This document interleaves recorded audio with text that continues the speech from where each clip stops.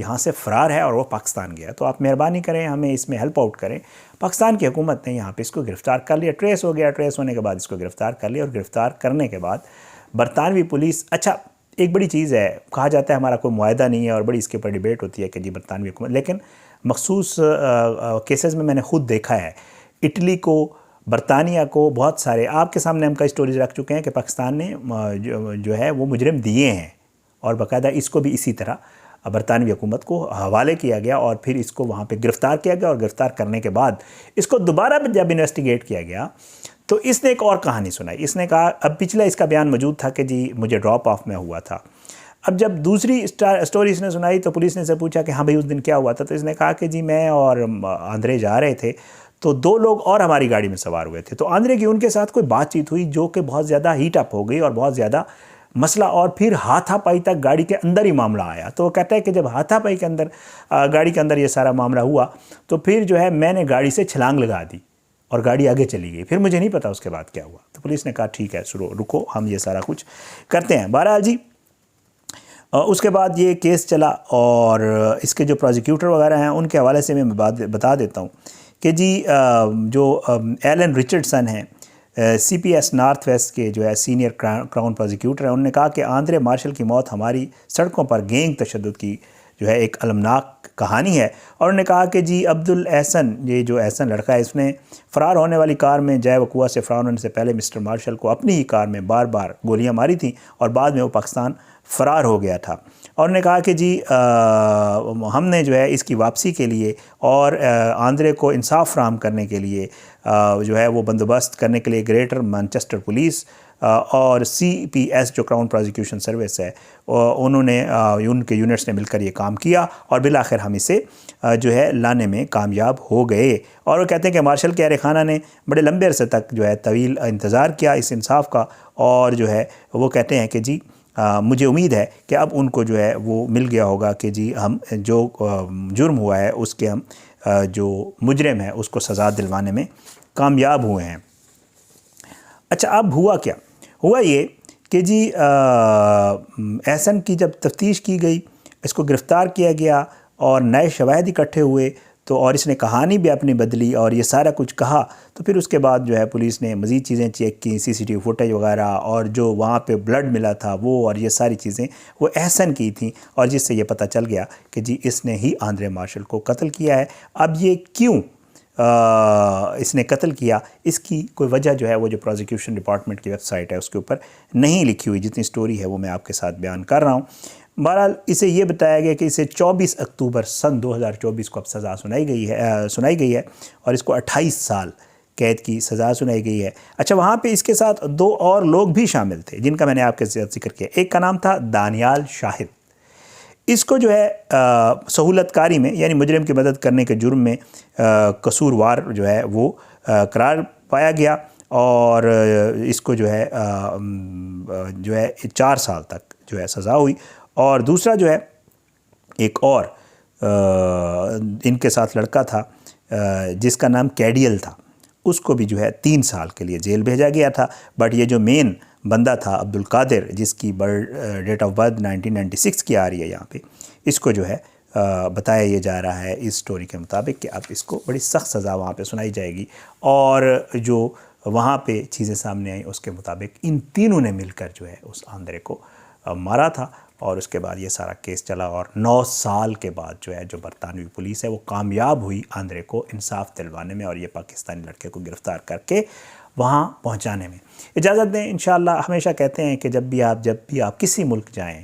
ان کے قوانین کی پابندی کریں اور خدا کے لیے وہی کام کریں جو کرنے کے لیے آپ وہاں گئے ہوئے ہیں۔ کوئی ایسا کام نہ کریں جو بعد میں آپ کے لیے، آپ کے والدین کے لیے اور پیچھے ملک کے لیے بدنامی کا باعث بنے، اور آپ کے اپنے مستقبل کے لیے بھی جو ہے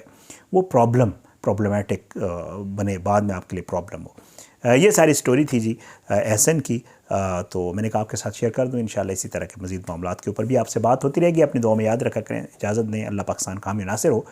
اس کے خلاف سازشیں کرنے والوں کو نصب نابود کرے، اللہ ظالموں کو عبرت کا نشان بنائے، مظلوموں کو انصاف ملے، اور اللہ سب پہ اپنا رحم و کرم کرے۔ اپنی دعا میں یاد رکھا کریں جی سب کو۔ اجازت دیں، انشاءاللہ اگلی ویڈیو میں ملاقات ضرور ہوگی، لیکن بشرط زندگی۔ اپنا بہت خیال رکھیے گا۔ میرے یوٹیوب چینل کو سبسکرائب کریں، اپنا فیڈ بیک جو ہے وہ ضرور دیا کریں۔